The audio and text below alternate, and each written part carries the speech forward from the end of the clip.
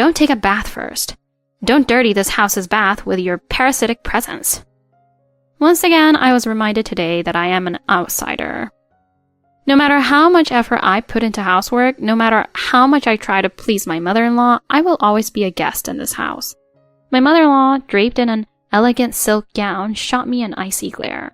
Her eyes regarded me like an insect.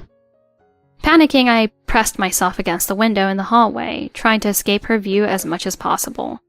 "I'm sorry," I muttered weakly, squeezing out words of apology, but even that only seemed to stoke her anger. Her meticulously shaped eyebrows furrowed in a V, and she threw an expensive bath towel onto the floor. How many times must I endure such cheap apologies? I reached out to pick up the towel from the floor, but it was a mistake. "Don't touch it! If your filthy hands touch this towel, it will lose all its value." Her cold words froze my heart. I realized once again that I had made an unforgivable mistake. "Honey, your mother..." I pleaded, my voice trembling, seeking help with desperate eyes. My husband deliberately avoided my gaze. "Think about Mom's feelings."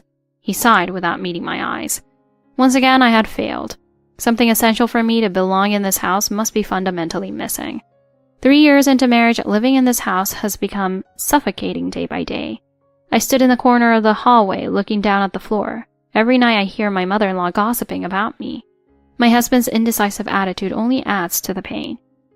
I wonder why I endure this mistreatment. Maybe it's my own fault. If only I could meet my mother-in-law's expectations better. If only I could talk things through properly with my husband. It must be because I'm not trying hard enough that I can't change this situation. Just disappear already. You have no place in this house. Her words pierced me. In that instant, all the emotions I had suppressed for years began to surge. My throat felt raw and burning. And then, it happened. "Actually," I started to say, my voice trembling but firm. Tom and Heather's faces froze. Something had started. Something I could never take back. My name is Erica, 35 years old. I am the CEO of a jewelry brand called Erica James, which generates a monthly revenue of $25,000. However, only a few people know of this glamorous title, because to my family, I pretend to be a housewife, living modestly at home. The reason traces back 3 years ago, to something my husband said when we were getting married. We met 10 years ago when I was working as a jewelry designer for a brand. He was a finance staff member dispatched to our exhibition. His polite demeanor and reserved smile made him well regarded among the women at work. Among them, he paid attention to me. "Miss James, your designs are truly wonderful. My wife would love them." When he said that, my heart fluttered, not because of his kindness toward his wife, but because of his gentle voice and sincere eyes. After 6 months of dating, he proposed. "Would you build a happy home with me?" I'll never forget his earnest expression at that moment. I gladly accepted his proposal. But right after we decided to get married, he said something shocking. "My mother doesn't approve of women who aren't full-time housewives. If you want to keep working, we can call off the wedding." His voice was strained, and his face was filled with sorrow. I couldn't say anything in return. I understood his values and his fear of going against his family. I was torn. Should I give up my career or let go of the person I loved? Either choice felt like it would leave me with regret for the rest of my life. But looking into his sad eyes, I made a decision. I decided to pretend to quit my job and act like a full-time housewife while secretly continuing my passion. That's how I chose a life of concealing my true self for the sake of my husband. The first 6 months of our marriage were blissful. My mother-in-law was initially very kind. I'm so glad such a sweet daughter-in-law has joined our family.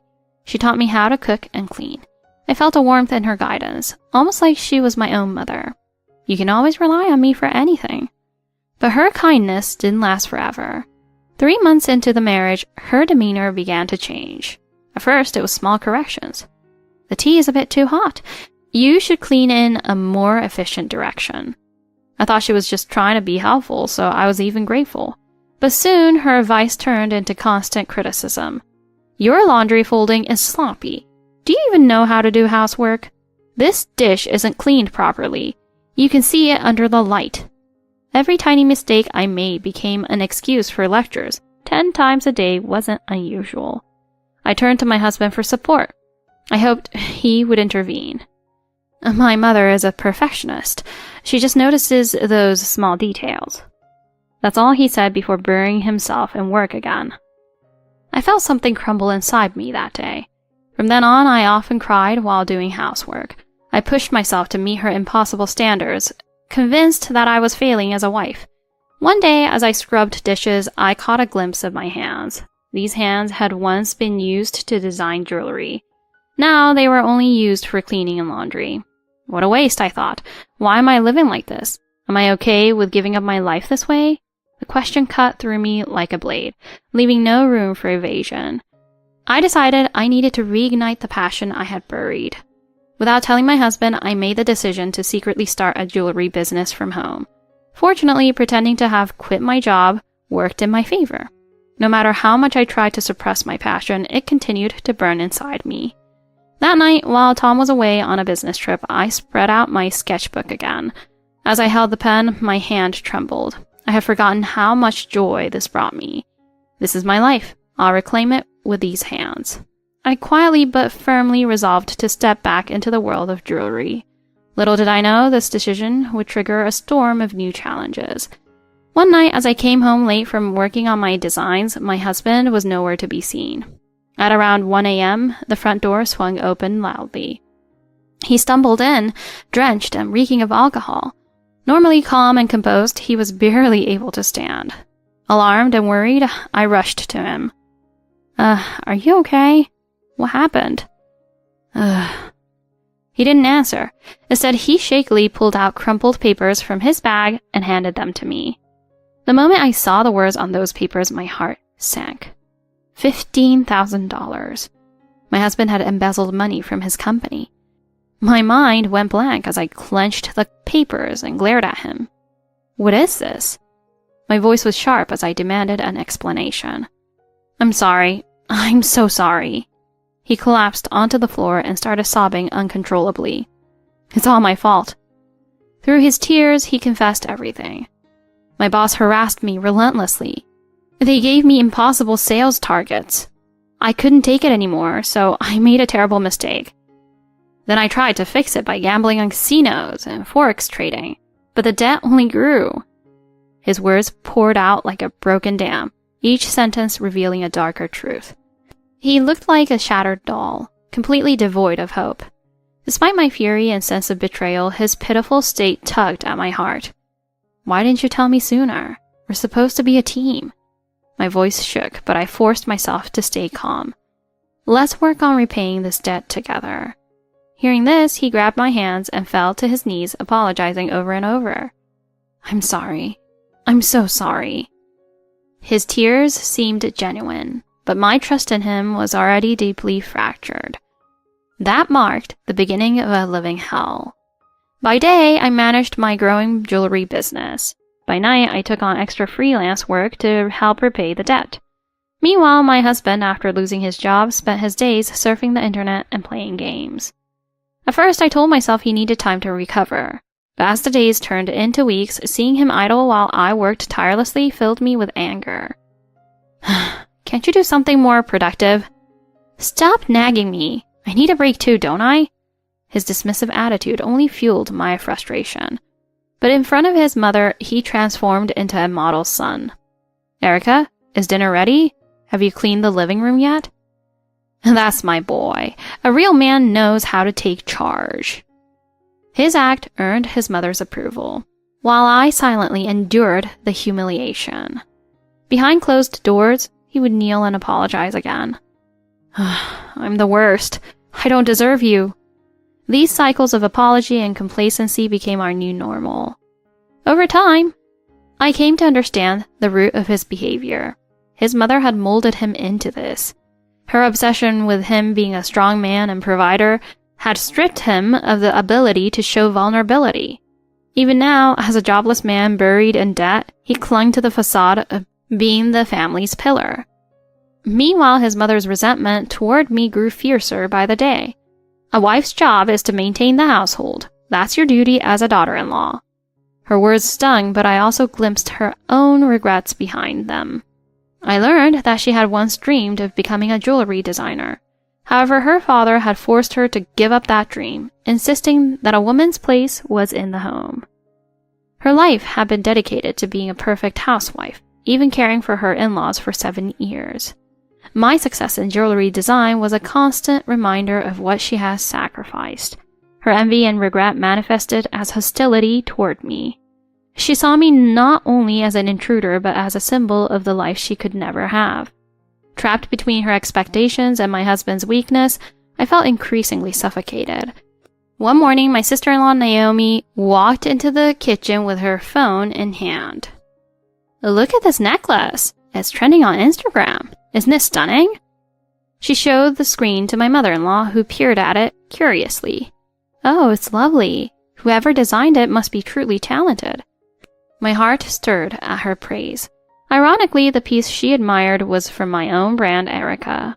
The model wearing the necklace exuded elegance, and the design sparkled in the photo. But let's be honest, only rich people can afford this kind of thing. Women like Erica would never have the chance to own something like this. Her casual comment cut deeper than I expected. I stood there silently, feeling a dull ache in my chest. I excused myself and went to the room, closing the door behind me. As soon as I sat on the bed, my legs gave out, and I collapsed. I looked at my reflection in the mirror, tired, drained, and unrecognizable. My once bright eyes now seemed clouded with exhaustion and despair. Why am I living like this? I once loved my husband deeply, and part of me still did. I had sacrificed my career, my identity, and my dreams for this family. But what had I gained in return? My mother-in-law called me a parasite. My husband averted his eyes whenever I needed support. Was he always like this? Or did I blind myself thinking he would change? I earn over $20,000 a month, enough to pay off his $15,000 debt. Yet I'm treated as a burden. The weight of their accusations made it hard to breathe. Looking down at my trembling hands, I realized something. This cannot continue. But the energy to stand up and fight wasn't there. I remained in my room paralyzed by a mix of emotions, anger, sadness, and helplessness. That night, as I finished washing the dishes, I decided to use the bath first. "Excuse me, but may I go first?" I asked politely, sensing my mother-in-law's piercing gaze on my back. "A parasite like you thinks you can go first?" Her words were sharp and loud, cutting through the silence like a knife. My husband, sitting at the table, froze, his fork hovering midair. As usual, he said nothing. My heart sank, and I felt something inside me break. Enough is enough. Taking a deep breath, I turned to face her. "Fine. This parasite will leave." My voice was calm, almost detached, yet it seemed to slice through the air. Heather's eyes widened in shock, and my husband gaped at me, speechless. Without waiting for a response, I went to my room and started packing. As I folded clothes into my suitcase, my hands trembled, not from fear, but from a mix of anger and resolve. Suddenly, the door burst open. "Erica, wait!" He stood there, tears in his eyes, begging for forgiveness. "Don't listen to her. I'm so sorry." His pleas brought back memories of his repeated apologies and empty promises. "You always chose your mother over me. This time is no different." My voice was cold, final. He looked down, unable to refute my words. I zipped up my suitcase and walked toward the front door. My mother-in-law blocked my path, her arms crossed and her expression defiant. "If you're leaving, leave." Her voice was sharp, filled with a misplaced sense of triumph. Without a word, I pulled out my phone and showed her the sales figures from my jewelry brand. "My company earns $25,000 a month." Her face turned pale as she stared at the numbers. I continued, my voice steady and cold. "Oh, and by the way, your son is unemployed and owes $15,000. I won't be paying the remaining $10,000. My husband collapsed to his knees, clutching his head. "Oh, this can't be true. This can't be happening." His voice broke as he mumbled to himself, tears streaming down his face. Heather, usually so composed, now looked completely defeated. Her lips quivered as she whispered, How could this be?" I didn't wait for an explanation or an apology. I opened the door and stepped outside, feeling the cool night air against my face. Behind me, I could hear my husband's desperate cries. "Erica, please, don't go." Heather's voice soon followed, laced with panic and disbelief. "This isn't real. It's a lie." But their voices sounded distant, like echoes from another world. The weight I had carried for years was finally lifting. The wind felt cleansing, as if it were washing away the pain and resentment. With every step, the ties that bound me to that house unraveled. For the first time in years, I felt free. The next morning, I woke up in a small hotel room, my suitcase by the door. As I stared at the ceiling, I thought about everything I had endured. My sacrifices, my compromises, and my silence. All for a family that had never valued me. But now that chapter was over. I had regained my life. It was time to focus on my dreams and my future. Over the next few weeks, I threw myself into my work. My jewelry brand, Erica, became my sole focus. The store I had been dreaming of was finally nearing completion. Standing in the construction site, I felt a renewed sense of purpose. This was my second chance, a chance to live on my own terms. However, peace didn't last long. A few weeks later, I received a call from the hospital. "Mrs. James, your husband was in a car accident." My heart sank as the words echoed in my mind. I rushed to the hospital, fear and uncertainty gripping me. When I arrived, the doctor explained his condition. "He's in critical condition, but stable for now." Stepping into the room, I saw him lying there, his body bruised and broken. For a moment, the anger I had felt toward him dissolved, replaced by sorrow and pity. I stood by his bedside, looking at the man I had once loved. Despite everything, I didn't want him to die. As I stood there, I felt a strange mix of emotions, grief, regret, and a faint glimmer of hope. It was then that my mother-in-law burst into the room, her face contorted with anger. "This is all your fault." Her accusations echoed through the room, shocking the nurses and visitors outside. She pointed a trembling finger at me, her voice shrill and accusing. "You ruined this family. You drove my son to this." I clenched my fists, struggling to remain calm. Just as I was about to respond, the door opened again. "Mrs. James, we need to speak with you." The officers carried evidence that would change everything. "We have footage of the accident. Please, take a look." The video showed Heather intentionally driving her car into her son's bicycle. My breath caught in my throat as I watched the scene unfold. It was no accident. Heather turned pale as the officers confronted her. "Ma'am, you're under arrest for attempted murder." She stammered, denying everything, but the evidence was undeniable. The woman who had terrorized me for years was finally being held accountable. As she was led away in handcuffs, her cries echoed down the hospital hallway. Her screams faded as the officers escorted her out. I stood frozen in place, trying to process everything that had just happened. My husband, unconscious and broken in the hospital bed. His mother arrested for trying to take his life. It felt surreal, as if I were watching someone else's life fall apart. But deep down, I knew this was the inevitable result of years of unresolved dysfunction. A few days later, my husband regained consciousness.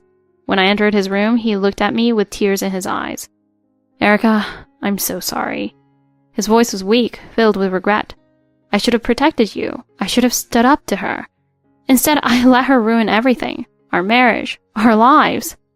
I didn't respond immediately. The anger and pain I had carried for so long now felt distant. Instead, I felt a quiet sense of finality. He reached for the drawer inside his bed and pulled out a document. "I've already signed the divorce papers. It's the least I can do for you, to let you live your life without any more of this." Tears welled up in his eyes as he handed me the papers. "Thank you for everything." I took the papers from him, my hands trembling slightly. For the first time in years, I felt a weight lift off my shoulders. This was closure. I didn't hate him anymore, but I also knew I could never return to the life we had before. I quietly nodded and turned to leave the room. As I walked down the hospital corridor, I felt a strange mixture of sadness and relief. The life I had fought so hard to save was finally behind me. A few months later, the legal battles ended. Heather was sentenced to 5 years in prison for attempted murder. They were also ordered to pay a significant amount in damages, which left their family in financial ruin. My ex-husband started working in a modest job and began repaying the debt he owed me, little by little. Meanwhile, I focused entirely on my jewelry business. Erica Jewelry thrived, expanding to multiple storefronts and gaining international recognition. My story became an inspiration to many, and I was frequently invited to speak about my journey. Looking back, those years of pain and struggle shaped who I am today. I am stronger, wiser, and finally living a life that is mine alone. The past no longer haunts me. It only reminds me of how far I've come. As I stood outside my flagship store in New York, watching customers browse my designs, I felt at peace. This was my dream, a life of independence, creativity, and purpose. And I had achieved it on my own terms.